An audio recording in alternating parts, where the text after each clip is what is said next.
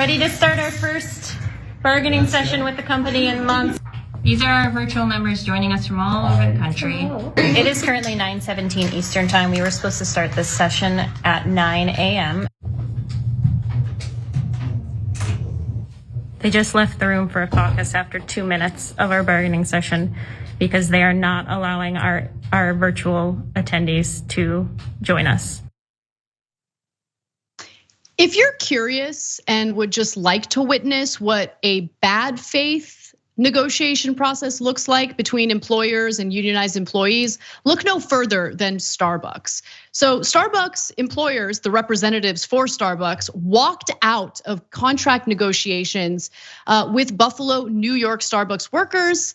And that shouldn't surprise you because they have done everything they can think of to try to discourage workers from unionizing, to retaliate against unionized workers. And it's clear here that they didn't really have much interest in engaging in the much needed negotiations. And they, by the way, showed up 30 minutes late to the meeting.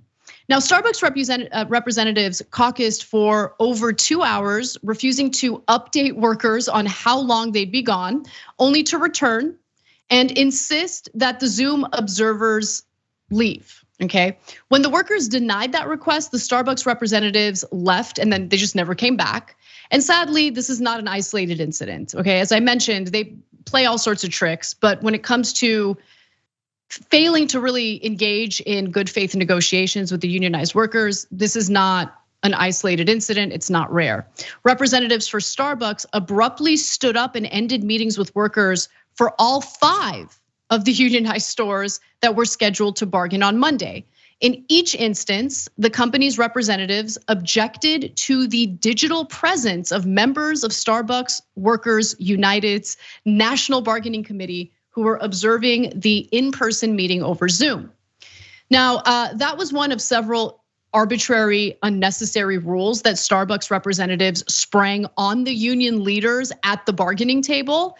Just to give you some more information and reporting from More Perfect Union, citing fears that someone might record the meeting from the Zoom call, the company's representatives walked out of each meeting claiming that they needed to caucus privately to determine their next steps. Workers were left stranded for hours on end in hotel lobbies and conference rooms, waiting for a reemergence that has yet to occur. And Starbucks Workers United left this comment on a video that we opened the show with, the video that you saw at the very beginning of this story.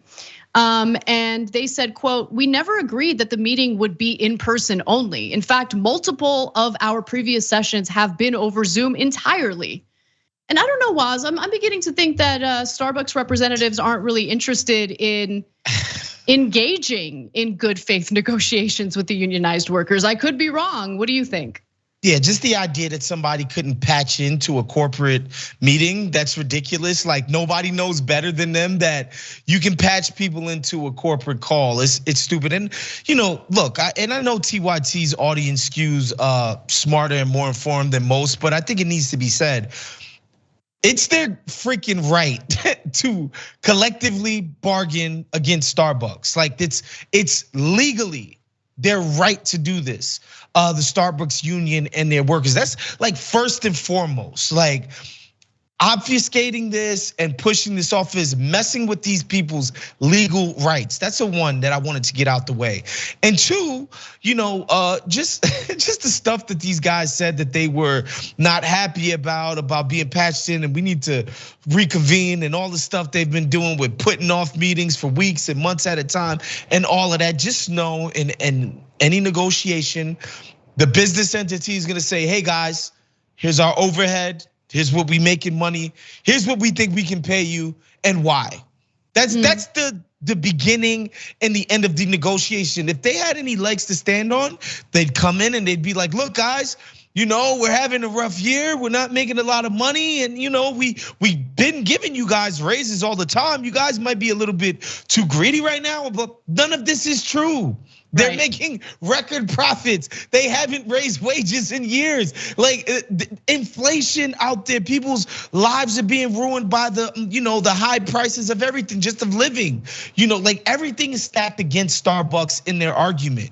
Right now it's just basically an ideological one where they just don't feel like people should have a right to negotiate against them collectively, because that gives these workers more power and more autonomy about how their work lives go.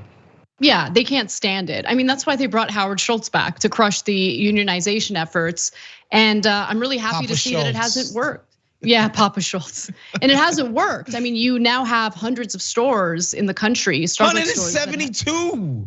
It's amazing. That's incredible. That is and then incredible. this idea like, oh, we're gonna negotiate against every single one of you individually. Of course they want to say that and do that, because if 172 stores go on strike simultaneously, that's a problem for these folks.